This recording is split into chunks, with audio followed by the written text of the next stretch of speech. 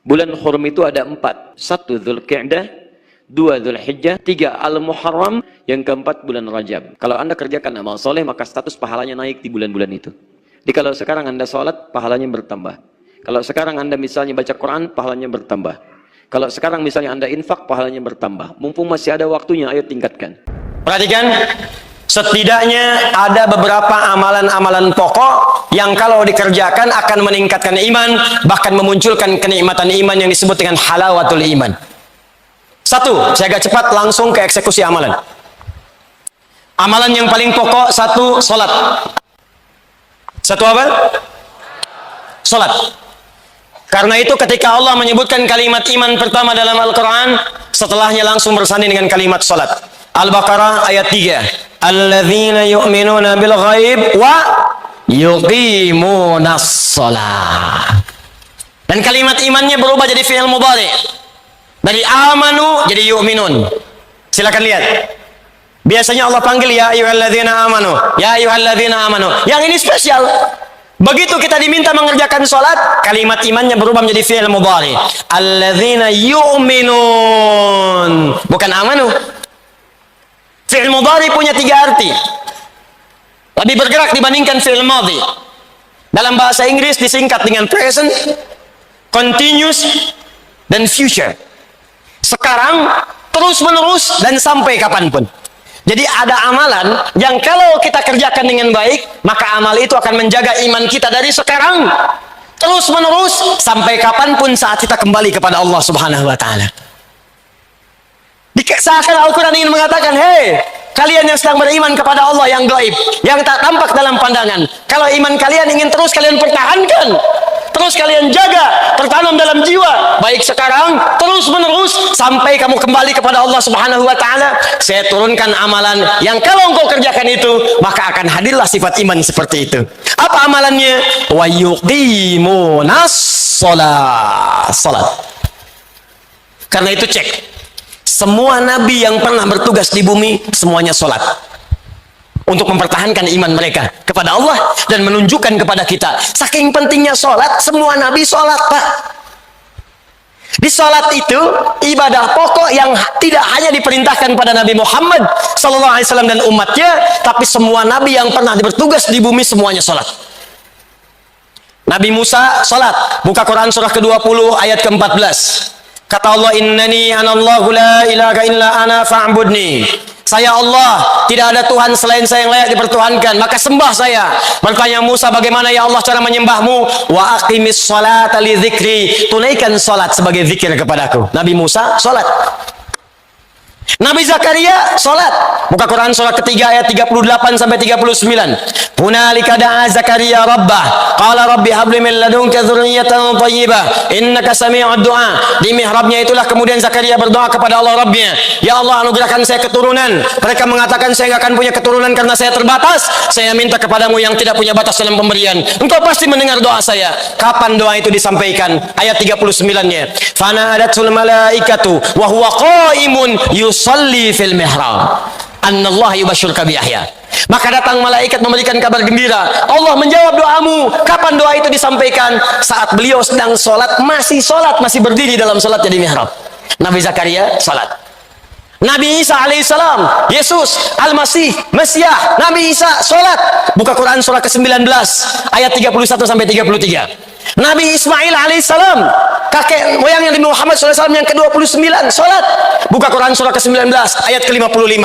Bahkan beliau meminta keluarganya semua sholat. Wa kana ya'muru ahlahu bis sholah. Urutkan sampai ke atas. Muhammad sallallahu alaihi wasallam bin Abdullah bin Abdul Muttalib bin Hashim bin Abdul Manaf bin Qusay bin Murrah bin Kilab bin Ka'ab bin Ghalib bin Fihr bin Malik bin Nadar bin Kinana bin Khuzaimah bin Mudrika bin Ilyas bin Nizar bin Mudar bin Ma'ad bin Adnan bin Addi bin Adri bin Muqawwam bin Nahur bin Talih bin Ya'rub bin Yasjub bin Nabit bin Ismail alaihissalam bin Ibrahim alaihissalam bin Azar atau bin Nahur bin Abir bin Kinan bin Arfakhshad bin Sam bin Nuh alaihissalam bin Mikhlail bin Matushalah bin Kinan bin Anwas bin This bin Adam alaihissalam. Kalau ditarik Kalau ditarik dari zaman Rasul Nuh alaihissalam sampai ke Muhammad sallallahu alaihi wasallam, maka muncul langsung satu ayat di Quran surah keempat An-Nisa ayat 163. Inna awhayna ilaika kama awhayna ila Nuhin wan nabiyyina min ba'di. Muhammad, kami berikan wahyu kepadamu, wahyu yang sama ketika kami turunkan kepada Nuh saat diangkat menjadi Rasul, dan nabi-nabi setelahnya sampai dengan kepadamu. Semua sholat. Dibayangkan, semua nabi sholat. Anda bukan nabi, nggak sholat. Anda siapa? Makanya ketika kalimat iman disampaikan dengan kebahagiaan, qad aflahal mu'minun, masih ingat? Orang beriman akan bahagia. Kapan dia bahagia? Teruskan ayatnya. Alladzina hum fi sholatihim khashi'un. Sholat. Makanya saat panggilan sholat dikumandangkan, kalimat bahagianya muncul. Hayya 'alas shalah. Anda bertanya, ya Allah, kenapa saya mesti sholat?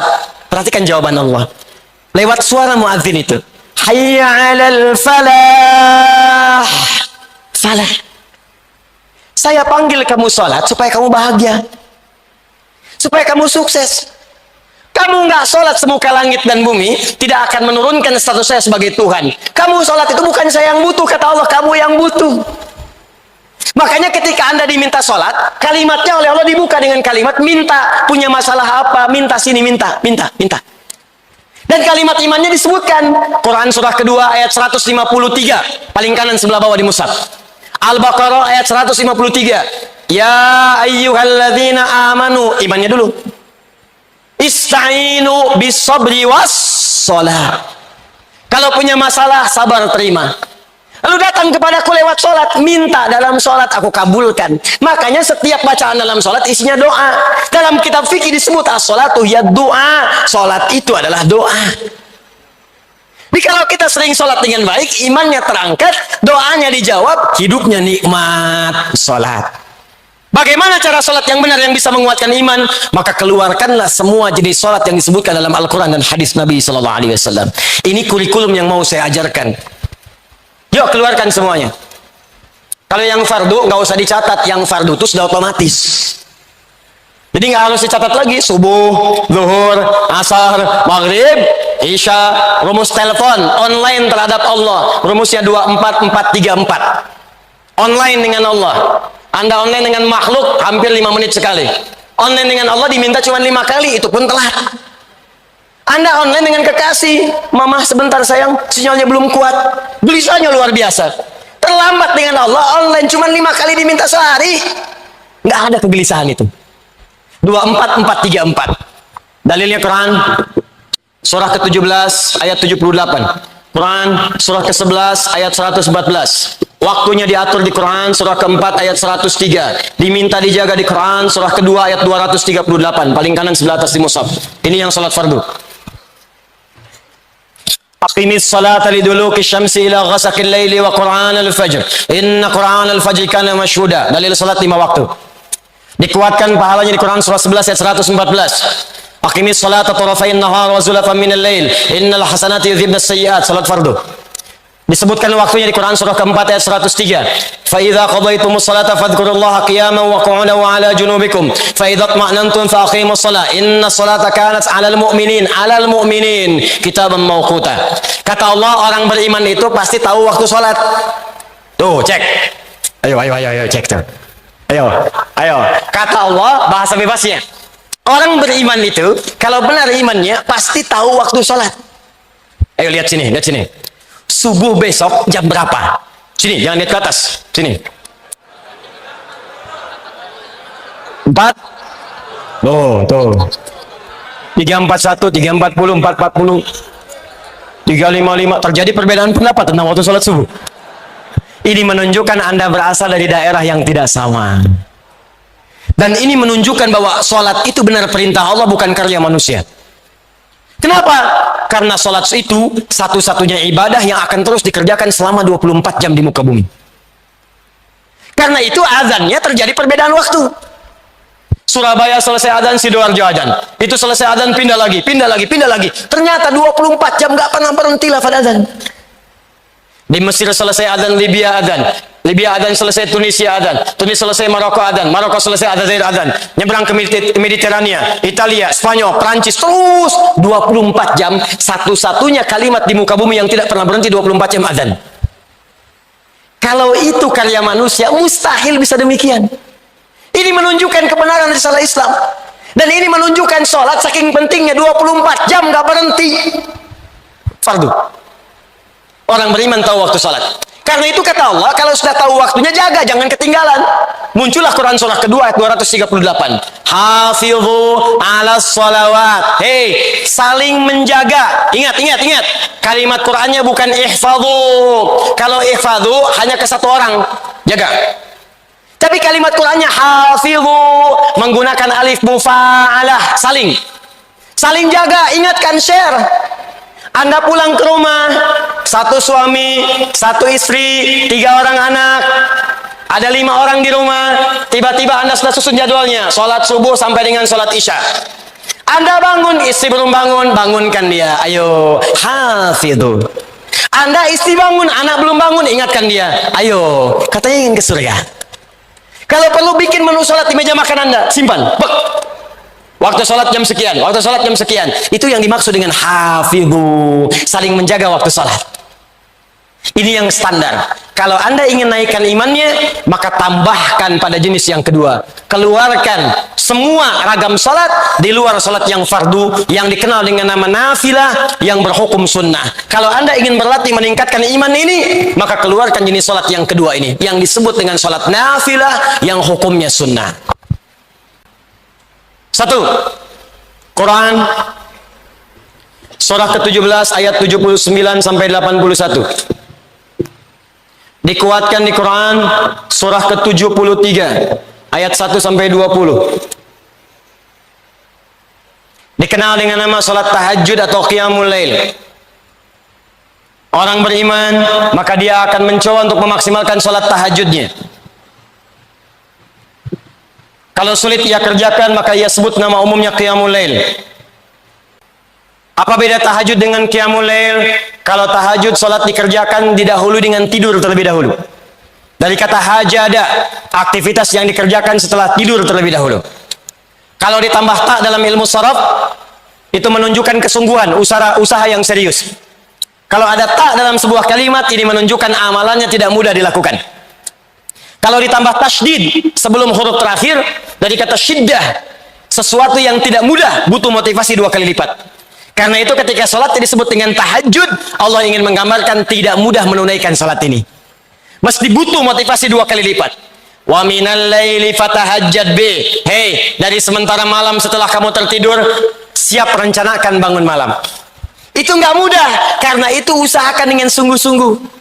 Mau jam berapa Anda sholatnya? Tadi subuhnya jam 3.40 misal, maka Anda ingin tahajud jam 2.30, jam 2.30. Siapkan, siap-siap, pasang alarm dari 1.30.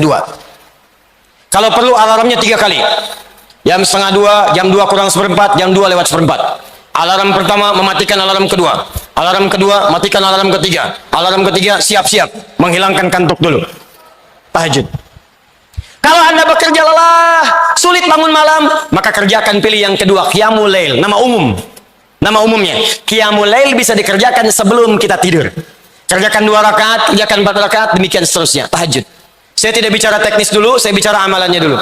Yang kedua, keluarkan semua jenis sholat sunnah di siang harinya. Sebelum subuh ada 2 rakaat, rawatib keluarkan. Sebelum zuhur 4 rakaat. Setelah zuhur 2 rakaat. Sebelum maghrib, setelah maghrib 2 rakaat. Setelah isya 2 rakaat. Keluarkan sholat mutlaknya. Ada yang dekat dengan sholat fardu, ada yang jauh dengan sholat fardu. Syuruq, awal duha, pertengahan duha, akhir duha. Sebelum asar 4 rakaat. Dari Ibnu Umar radhiyallahu taala anhuma. Sebelum maghrib kalau memungkinkan 2 rakaat. Sebelum isya 2 rakaat. Keluarkan semua jenis sholat semua jenis sholat yang bisa kita kerjakan. Kalau mampu Anda lakukan ini, maka demi Allah saya katakan, saya tutup untuk bagian yang pertama ini, saya tutup. Jika mampu Anda istiqomah mengerjakan sholat ini saja, saya belum bicara puasa, belum bicara zakat, belum bicara infak, baru sholat saja.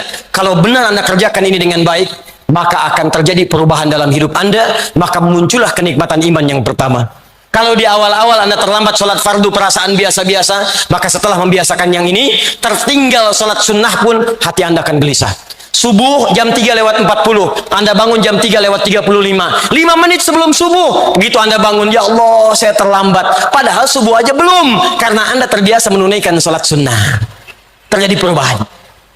Dan yang paling hebat, ketika imannya mulai meningkat, ketika kemudian ibadahnya mulai meningkat, maka amal solehnya pun akan mulai muncul dalam hidupnya. Akan terjadi perubahan dalam hidup Anda. Maaf, pada pandangan yang tidak bagus sudah nggak senang lagi. Pada harta yang haram sudah nggak senang lagi. Riba sudah nggak senang lagi. Sogok menyogok sudah nggak senang lagi. Sekarang yang senang semua yang halal-halal. Salat. Salat. Salat. Teman-teman, ada amalan, dan ini bagian terakhir yang saya sampaikan.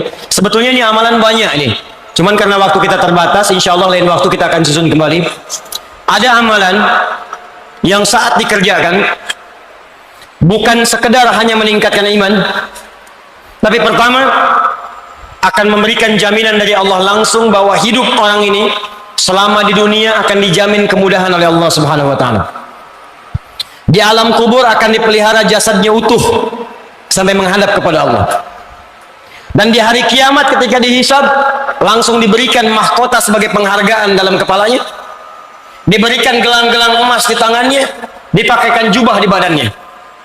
Dan yang paling dahsyat, saat masuk surga, dia diperkenankan menggandeng bapak ibu yang telah melahirkannya, bapak yang telah bekerja keras untuknya, istri yang mendampingi selama hidupnya, dan anak keturunan yang telah hadir dari kehidupan rumah tangganya. Semuanya akan dipimpin orang ini masuk ke dalam surga. Bukan surga biasa, tapi surga yang paling tinggi, dan disambut oleh semua malaikat di depan pintu surga. Amalan ini adalah amalan mencintai Al-Quran. Amalan mencintai Al-Quran. Jadi ketika kita mendekat dengan Al-Quran, langsung disebutkan oleh Nabi Sallallahu Alaihi Wasallam dalam hadis riwayat Al-Bukhari dari Abu Abdurrahman As-Sulami, dari Utsman bin Affan radhiyallahu taala anhu, termasuk Ali bin Abi Thalib karamahullahu wajha, anin Nabi Sallallahu Alaihi Wasallam qal, perhatikan kalimatnya, khairukum man ta'allama al-Qur'ana wa 'allamah. Jika ada amalan-amalan bisa dikerjakan selama hidup, maka yang terbaik yang bisa membuat Anda lebih baik dalam hidup adalah amalan belajar tentang Al-Quran. Belajar Al-Quran dibagi 3 bagian. Saya cepat.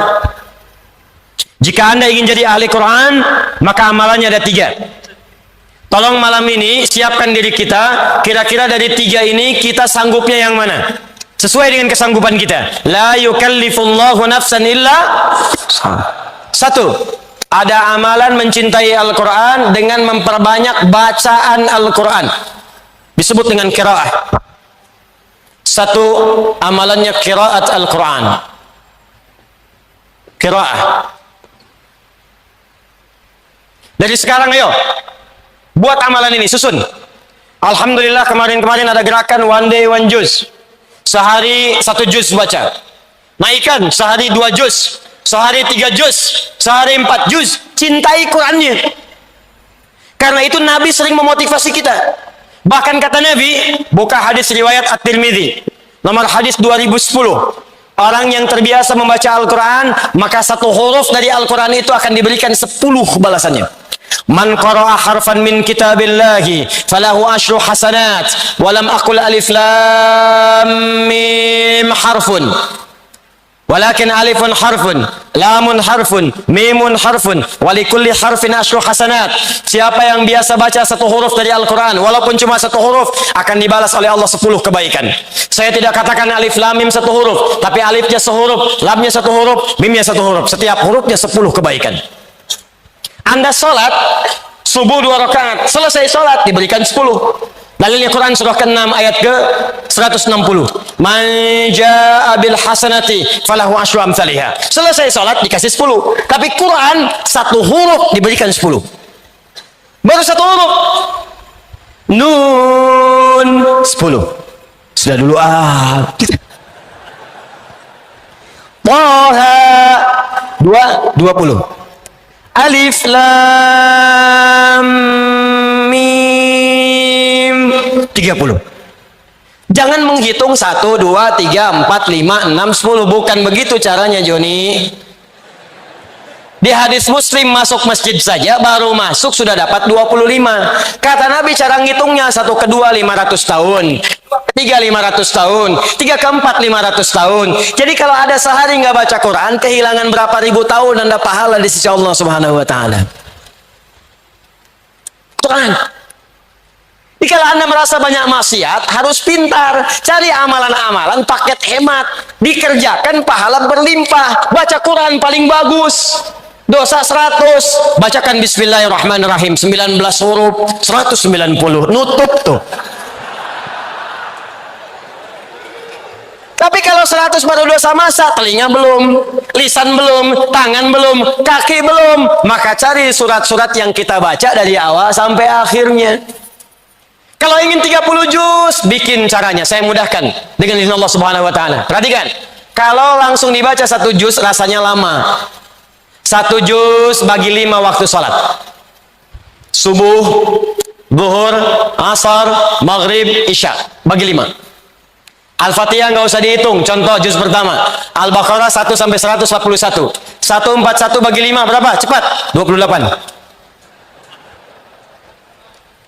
28, subuh 28 ayat, zuhur 28, asar 28, maghrib isya 28. Ustaz banyak lama saya harus berangkat kantor. Pendekin lagi, bagi 2, sebelum subuh 14, setelah subuh 14. Sebelum zuhur 14, setelah subuh, setelah zuhur 14. Terus 14, 14, 14, 14, 14, 14. 14 ayat itu berapa menit sih? Paling lama 5 menit. Apa nggak punya waktu 5 menit untuk menggugurkan dosa Anda? Apa nggak punya waktu 5 menit untuk akhirat Anda? Bahkan Anda di sekarang, Masya Allah, di mobil bisa tilawah Quran, di jalan bisa baca Quran, cuma 5 menit. Jika Anda bisa investasi 5 menit dengan sesuai rumus ini, sehari selesai 1 juz, 30 hari sebulan selesai 30 juz. Ustaz belum sampai, cari wirid-wirid kata Al-Imam An-Nawawi. Dari Al-Quran, cintai beberapa surat tertentu, dawamkan untuk dibaca. Nabi menyampaikan dalam hadis sahih di Al-Bukhari, orang yang senang baca Al-Baqarah dan Ali Imran, maka keduanya akan menjadi awan yang melindungi di hari kiamat. Ka'annahuma ghamamatan. Biasakan baca Al-Baqarah, Ali Imran, Al-Baqarah, Ali Imran. Orang yang senang baca Al-Mulk, maka jasadnya akan dijaga oleh Allah di alam kuburnya. Orang yang senang baca Al-Waqiah, maka akan dimudahkan keadaan rizkinya. Orang yang senang baca surat Yusuf, maka oleh Allah akan dilepaskan dari kesedihan yang menghimpitnya. Maka silahkan, semua surah dalam Al-Quran punya keutamaan. Maka silahkan Al-Baqarahan, Ali Imranan, An-Nisaan, Yasinan, Al-Kahfian, ya. Jangan cuma Qul Huwallahan, Qul Al-Falakan, An-Nasan. Cari ayat-ayat, cari surat-surat yang kita bisa jadikan wirid. Buka kitabnya Imam An-Nawawi sebelum menulis Al-Arba'in 42 hadis, Riyadus Shalihin 1896 hadis. Sebelum menulis kitab Syarah Sahih Muslim 9 jilid, beliau menulis At-Tibyan fi Adab Hamalatil Quran. At-Tibyan fi Adab Hamalatil Quran. Klik di Google At-Tibyan Al-Imam An-Nawawi, keluar muncul. Cari terjemahannya. Kalau punya kitabnya cari terbitan Darun Nafais halaman 52, paling kanan di pertengahan.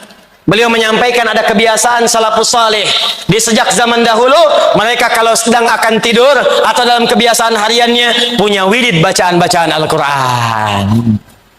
Nabi mencontohkan wirid sebelum tidur, baca Al-Ikhlas, Al-Falaq, An-Nas, ayat kursi. Bacakan ayat kursi supaya mencegah setan mengganggu dalam tidur kita. Tapi setannya kuat Ustaz, tidak cukup dilempar dengan ayatnya, lempar dengan kursinya sekalian. Biasakan baca. Ternyata ada di antara orang salaf membiasakan baca Al-Baqarah karena ingin dinaungi di hari kiamat. Baca Al-Baqarah sebelum tidur, baca. Allahu Akbar. Saking dekatnya dengan Al-Quran, maka dia dijaga oleh Qurannya. Ternyata sekali waktu dia tertidur, belum sempat baca Al-Baqarah saking lelahnya. Tiba-tiba dia bangun pertengahan malam. Bangun. Temannya kaget terkena bagian tangannya. Dia bangun juga. Dia bertanya, "Maza bika? Kenapa kamu?" Kata orang ini, "Wallahi, ra'aitu fil manam laqad natahat dil Baqarah." Saya tadi ketiduran. Dalam tidur saya mimpi diseruduk Al-Baqarah. Saking seringnya baca Al-Baqarah, ayat itu, surat itu menjadi dekat dengan dia. Kamu belum baca saya. Bahkan sebelum datang hari kiamat untuk menaungi dia dari sengatan matahari yang sangat terik, di alam dunia pun dijaga dengan surat yang biasa dia baca. Dia biasakan pasang target. Ustaz, saya belum lancar. Berita baik dari Nabi At-Tirmidzi, nomor hadis 2020. Perhatikan kalimatnya. Walladzi yatata'ta wa huwa syaqqun 'alaihi falahu ajran. Orang yang baru belajar baca Quran, terbata-bata bacanya, orang baca alif lam mim, dia baca alif lam mim, falahu ajran, dia mendapatkan pahala 2 kali orang yang lancar. Oh, kalau gitu saya terbata-bata aja Ustaz ya. Maksudnya, 1 pahala ikhtiarnya, yang kedua pahala bacanya. Sedangkan orang yang lancar dapat pahala plus ma'asyaratil kiramil bararah, akan diiringi hidupnya oleh malaikat yang menjaga dia. Jadi kalau Anda lancar baca Quran, punya program baca Quran, Quran itu selain menjaga iman Anda akan dijaga malaikat, disebut oleh Nabi namanya syafaratil kiramil bararah. Kiram artinya mulia. Jadi orang yang dekat dengan Al-Quran akan dijaga kemuliaan hidupnya, dijaga dari perbuatan maksiat. Jadi kalau Anda terbiasa tilawah Quran, rajin baca Quran, nanti akan ada malaikat di sekitaran kita akan menjaga supaya Anda tidak berbuat maksiat. Sebab kalau Quran masuk ke dalam tubuh kita, yang kotor keluar. Malaikat menjaga. Cuman karena malaikat sifatnya goib, tidak tampak. Kalau tampak, Anda susah. Begitu mau jalan, sayap terbentang. Shh. Kamu siapa? Malaikat maut. Nggak jadi baca Quran. Malaikat. Yang kedua, mencintai Quran dengan tilawah. 1 qiraah, 2 tilawah. Kalau qiraah, sekedar baca, tidak menuntut pemahaman. Kalau tilawah, dari asal kata tala yatslu tilawatan, punya 3 arti. Al-qiraatu wal fahmu wal amalu bima fuhima. Baca, pahami, amalkan. Itulah tilawah. Makanya ketika ada orang baca Quran, cuma baca disebut qori dari qiraah. Tapi seringkali orang tua kita suka mendampingi dengan yang menerjemahkan, supaya maknanya dipahami. Saat dia menerjemahkan, dia disebut apa namanya? Ada orang baca, ada orang menerjemahkan. Yang menerjemahkan disebut apa? Tuh, tilawahnya muncul. Sari tilawah. Sebetulnya cuman tilawah saja, nggak pakai sari. Cuman mungkin di Indonesia yang pertama kali tilawah namanya busari. Makanya disebut sari tilawah. Ya. Tilawah saja, tilawah. Tapi tidak salah kalau yang disebut sari tilawah. Tilawah itu intinya menggali makna-makna Al-Quran untuk diamalkan dalam kehidupan. Nah, sekarang silakan, gak usah sulit-sulit. Yang kita butuhkan apa yang Anda kerjakan itu apa? Contoh, maaf ya maaf, Anda sudah jadi ayah berapa tahun? Ibu di bawah sudah jadi ibu berapa tahun? Kenapa Anda tidak mengeluarkan ayat-ayat tentang ayah dan ibu? Pelajari, praktekkan, amalkan. Maka disitulah muncul samara, sakinah, mawadah, rahmah. Kapan samara itu muncul? Kalau Anda dekat dengan Allah. Karena itu keluarkan bimbingan dari Allah dalam Al-Quran, dibawa ke rumah tangga. Anda pekerjaannya apa? Bisnis Ustaz, keluarkan ayat-ayat tijarah dalam Al-Quran, bimbingan bisnis dalam Al-Quran. Anda kerja di mana? Di birokrasi Ustaz, diplomasi Ustaz, keluarkan ayat-ayat pemerintahan, keluarkan, praktekkan dalam pekerjaan Anda. Anda kerjanya apa? Saya masih kuliah Ustaz, keluarkan ayat-ayat ilmu dalam Al-Quran, praktekkan. Itu yang disebut dengan tilawah.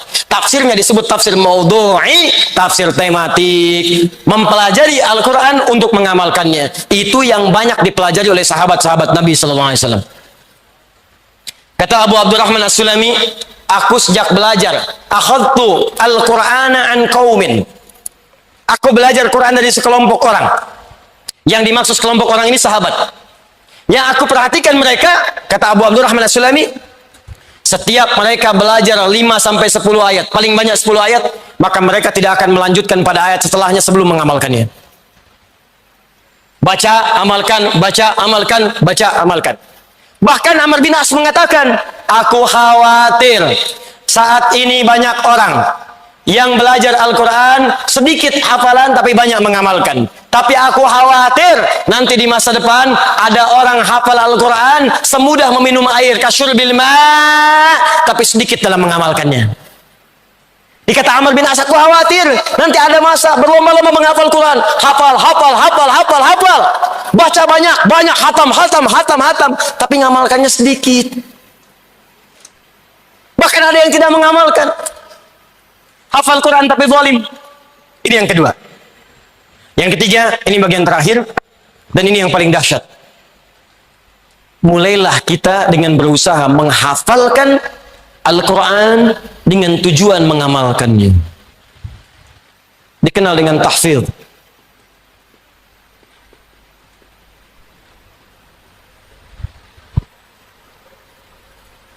Menghafalkan Al-Quran dengan tujuan untuk mengamalkannya, untuk mendekatkan diri kepada Allah Subhanahu wa Ta'ala. Ini puncak yang paling tinggi. Jika Anda mampu melakukan ini, Allahu Akbar. Pertama, kita akan langsung disebut oleh Nabi sallallahu alaihi wasallam sebagai orang yang terbaik, yang langsung masuk pada lingkungan yang sangat dekat dengan Allah Subhanahu wa Ta'ala. Qala an-nabiy sallallahu alaihi wasallam, ahlul Qur'ani ahlullahi wa khassatuh. Ahli Quran itu adalah orang yang sangat dekat dengan Allah dan dijaga oleh Allah Subhanahu wa Ta'ala. Saat dia kemudian dihisab di hari kiamat, perhatikan cara Allah memuliakannya. Turun Quran surah 35 Fatir ayat 33, paling kiri agak sedikit ke atas di mushaf. Perhatikan kalimatnya. Jannatu adnin yadkhulunaha. Orang ahli Quran itu akan mulai masuk lewat surga Aden. Yuhallawna fiha min asawir. Sebelum masuk akan diberikan perhiasan dulu. Tangannya akan dihiasi gelang-gelang emas untuk membedakan dengan yang bukan ahli Quran. Walibasuhum fiha harir. Dan pakaiannya itu Masya Allah akan terbuat dari sutra. At-Tirmidzi nomor hadis 2015. Wa yulbasu ilaihi tajul karamah. Dipakaikan di kepalanya mahkota kehormatan untuk membedakan dengan yang bukan ahli Quran. Lalu dipanggil orang tuanya kalau dia memfasilitasi anak itu untuk menghafal Quran. Maka dipakaikan di tangan anak itu mahkota untuk kedua orang tuanya di hadapan seluruh penduduk langit dan bumi. Wa yulbasu ilaihi libasal karamah. Maka dipakaikan kemudian pakaian kehormatan. Qurannya mengatakan, ya Allah zidhu, ya Allah tambahkan kepada penghafal, bedakan dengan fasilitator. Fa yulbasu ilaihi libasal karamah. Maka dipakaikan di tubuhnya pakaian kehormatan, pakaian kemuliaan. Maka apa yang terjadi setelah itu? Allahu Akbar. Diminta anak ini menggandeng bapak ibunya, menggandeng pasangannya. Kalau perempuan menggandeng suaminya, kalau laki-laki menggandeng istrinya. Lalu kemudian memimpin keluarga besarnya, anaknya, cucunya, sepanjang mereka beriman semua dan beramal saleh. Muncullah Quran surah ke-13 Ar-Ra'd ayat 23 sampai 24. Pembukanya sama dengan surah Fatir ayat 33. Jannatu adnin yadkhulunaha. Di Fatir, Jannatu adnin yadkhulunaha. Di Ar-Ra'd. Di surah Ar-Ra'd, Jannatu adnin yadkhulunaha wa man salaha min abaihim wa azwajihim wa dzurriyyatihim. Allah wal malaikatu yadkhuluna alaihim min kulli bab. Dia akan dipertontonkan pada seluruh penduduk langit dan bumi, masuk ke setiap pintu surga, dan malaikat menyambut di setiap pintu surga mengatakan, salamun alaikum bima sabartum. Selamat, Anda saat di dunia telah sabar belajar Quran. Anda di dunia sabar menghafal Quran. Sekarang silakan nikmati semua kenikmatan di surga yang telah disiapkan untuk Anda. Fa ni'ma uqbadar. Tingkat paling tinggi. Maka saat dia akan masuk ke surga, dia diminta membacakan Quran yang ia biasa bacakan saat di dunia. Faqra waqar fa inna akhira qiraatika akhiru manzilatika. Hei ahli Quran, bacakan Quran yang biasa engkau bacakan saat di dunia, maka akhir bacaanmu itu disitulah tempat tinggalmu. Maka di situ banyak terjadi penyesalan. Ada yang baca sampai ayat 5. Ulaika ala hudam mir rabbihim wa ulaika humul muhtadun. Begitu sampai situ selesai di situ. Ada kawannya sampai 10. Fi qulubihim maradun fazadahumullahu marada. Naik lagi. Ketika dibacakan, naik. Semakin tinggi semakin indah surganya. Ada yang 1 juz lebih tinggi lagi, 10 juz lebih tinggi lagi. Yang 30 juz itu yang paling tinggi. Nggak bisa ditukar. Ya Allah, boleh nggak dari An-Nas dulu? Yang paling tinggi semakin tinggi semakin tinggi. Maka dari itu perhatikan canda orang-orang Palestina. Anak-anak yang banyak sebagian orang menangisi mereka, yang mengatakan kasihan anak Palestina. Banyak orang tidak tahu ternyata mereka dimuliakan oleh Allah. Dan kita yang harus mengevaluasi diri. Jangan-jangan kita yang patut dikasihani. Mereka yang makan roti dibagi 16 potong. Mereka yang mencari air yang kadang-kadang telah diracun itu. Ternyata mereka adalah produk penghafal Quran nomor 1 di dunia. Dari sejak kecil mereka menghafal Quran.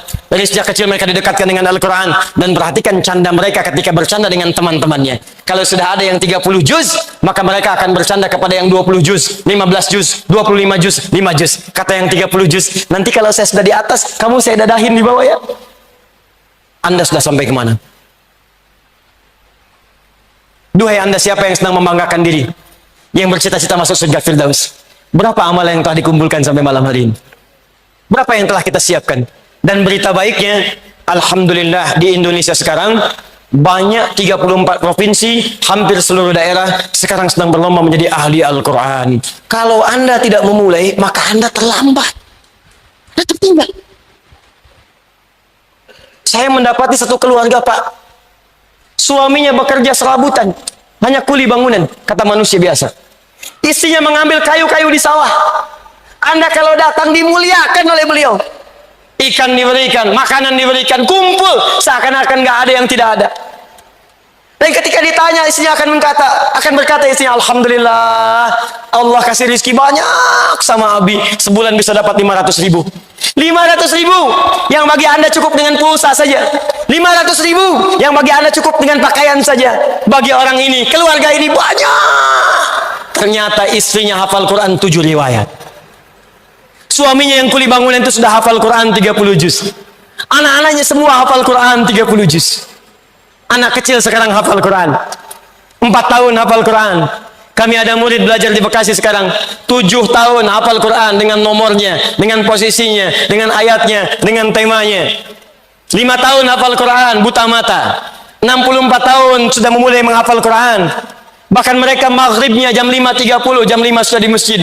Ada yang berusaha menghafal Quran tinggal 30 hari, menjauh dari keluarganya. Jadi kalau Anda tidak mulai, Anda tertinggal. Anak kecil usia 5 tahun, maghrib masih setengah jam, sudah datang ke masjid untuk sholat berjamaah, menghafal Quran, tinggal sampai isya, belajar sampai setengah 9, pulang ke rumah. Sementara dia belum balik. Anda diberikan 40 tahun, 50 tahun, 60 tahun, pengen masuk surga Firdaus. Sampai malam hari ini pun untuk baca Quran masih belum punya waktu. Berapa lama lagi waktu yang Anda butuhkan untuk mendekat kepada Allah? Berapa lama lagi? Nasihat saya, kalau Anda tak mampu berlomba dengan orang soleh, meningkatkan amal baik, sebaiknya segera berlomba dengan para pendosa untuk bertobat dan istighfar di hadapan Allah Subhanahu wa Ta'ala. Istighfar. Istighfar.